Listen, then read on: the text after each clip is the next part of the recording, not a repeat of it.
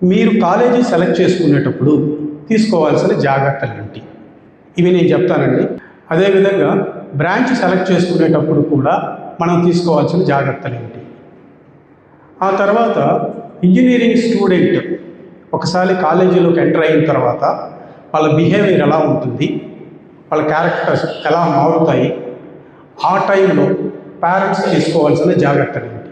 నేను ఈ 3 పాయింట్ల గురించి నేను మాట్లాడతానండి. కాలేజీ సెలెక్షన్ కానీ, బ్రాంచ్ సెలెక్షన్ కానీ ఇవన్నీ మీ చాయిస్, మీ పిల్లల చాయిస్. మీరు ఎక్కడ బాగుంటుంది అని అనుకుంటారో అక్కడ జాయిన్ చేస్తారు. ఇది జరగబోయేది. సో దీనికొస్తే ఫస్ట్ కాలేజీ ఎలా సెలెక్ట్ చేసుకోవాలి. కాలేజీ సెలెక్ట్ చేసుకునేటప్పుడు మనం ఏం జాగ్రత్తలు తీసుకోవాలి, అసలు ఏమి చూడాలి.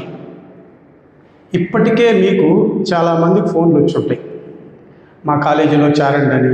లేకపోతే డైరెక్ట్గా కొంతమంది పిఆర్ఓలు అప్రోచ్ కూడా అయ్యి ఉంటారు. ఏంటి, పలానా కాలేజీలో జాయిన్ కండి, పలానా గ్రూప్లో జాయిన్ కండి, అక్కడ 100% ప్లేస్మెంట్ ఉంది, మంచి ఫ్యాకల్టీ ఉన్నారు, అదేవిధంగా మంచి ల్యాబ్స్ ఉన్నాయి, మీ పిల్లకాయలు జాగ్రత్తగా చూసుకుంటారు, 100% పాస్. ఇలాంటి పదాలు చాలా వాడుంటారు. అంటే మీకు ఫోన్ కాల్స్ వచ్చున్నా లేదు, మిమ్మల్ని అప్రోచ్ అయ్యున్నా ఇవే జరుగుంటాయి.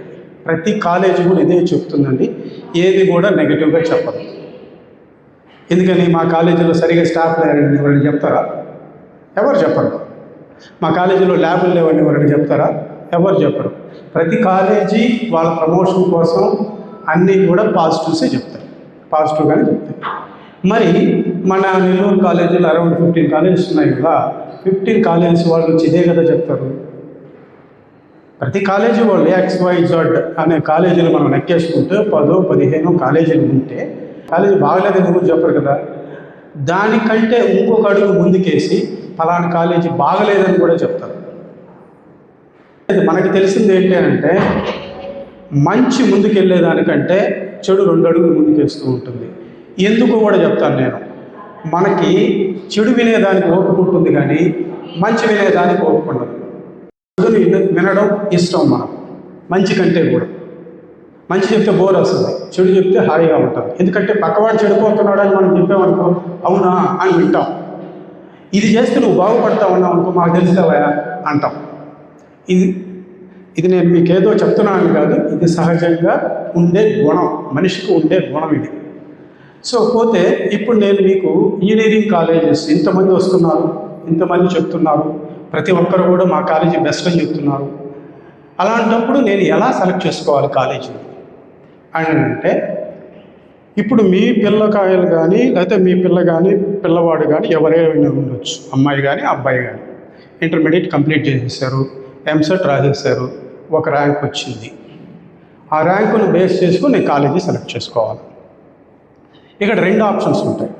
ఒకటి బ్రాంచ్ ఆప్షన్, అంటే ఏ గ్రూప్లో చేరాలి, నేను అదే గ్రూప్లో చేరాలి అనుకునే వాళ్ళు కొంతమంది ఉంటారు. ఇంకొంతమంది ఎలా ఉంటారంటే, నా గ్రూప్ ఏదైనా పలానా కాలేజీలోనే చేరాలి అనుకునే వాళ్ళు ఉంటారు. అంటే ఇక్కడ అర్థం ఏంటి అని అంటే, ఇప్పుడు కొంతమంది సాఫ్ట్వేర్ ఉద్యోగానికి వెళ్ళాలి అని అనుకుంటారు. సాఫ్ట్వేర్ ఉద్యోగానికి వెళ్ళాలి అని అనుకున్న వాళ్ళు CSE చదవాల్సిన అవసరం లేదు, AIDSE చదవాల్సిన అవసరం లేదు. ఏ బ్రాంచ్ చదివినా సాఫ్ట్వేర్ ఉద్యోగానికి వెళ్ళచ్చు. సో దానికి మీకు ఏం చేయాలా ఏంటి అనేది కాలేజీ వాళ్ళే మీకు ఇన్స్ట్రక్షన్స్ ఇస్తూ ఉంటారు.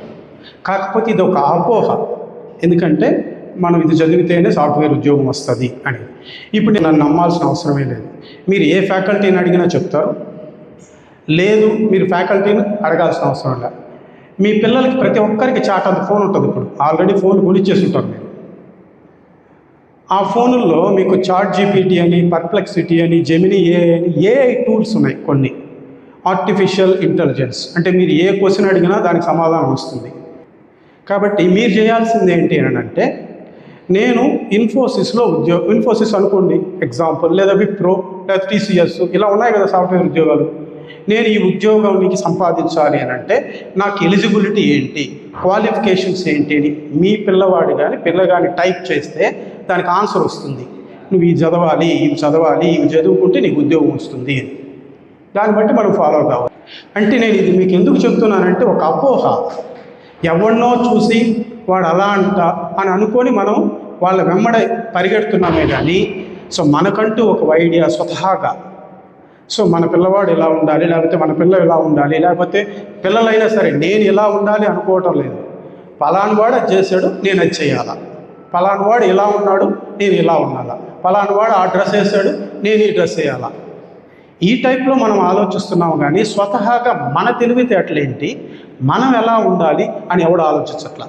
ఈ స్టేజ్లో కూడా మన పక్క వాళ్ళని ఎగ్జాంపుల్గా తీసుకొని వెళ్తున్నామే కానీ మనకంటూ స్వతహాగా మన పరిస్థితులు ఏంటి, మనం ఏం చేయాలి, మనకున్న ఛానల్ ప్రకారం ఒకవేళ నేను మా వాడికి ఎంసెట్ ర్యాంక్లో మంచి ర్యాంక్ రాలేదు, లేకపోతే నువ్వు సిఎస్సి చేర్చాలనుకున్నావు, సిఎస్సిలో సీట్ రావట్లేదు నేను అనుకున్న కాలేజీలో, సో ఇప్పుడు ఆ కాలేజీలో చేరాలంటే డొనేషన్ ఎక్కువ కట్టాలి, కానీ నేను అదే కాలేజీలో సిఎస్సి చేర్చాలి అని కొంతమంది ఉంటారు. అలా ఎందుకు ఆలోచించాలి, ఆల్టర్నేటివ్ వే ఎందుకు ఆలోచించకూడదు అంటాను నేను. ఇంకొక దారి ఉంది కదా, ఆ దారిలోనే పోవాల్సిన అవసరం లేదు. ఇంకొక దారి మీకుంది, ఇంకొక బ్రాంచ్ తీసుకున్నారు, తక్కువ ఫీజుకి వస్తుంది, లేదు మీ ఆ ర్యాంక్కి వేరే బ్రాంచ్ వస్తుంది, తీసేసుకోవడమే మంచి కాలేజీ అయినప్పుడు. ఆ బ్రాంచ్ తీసుకొని నువ్వు సాఫ్ట్వేర్ ఉద్యోగం కావాలి కదా, దానికి ఏం చేయాలి అవి చేసుకొని ముందుకు వెళ్ళడమే. ఇలా మనము ఆలోచించాలి, పిల్లలను కూడా కన్విన్స్ చేయాలి.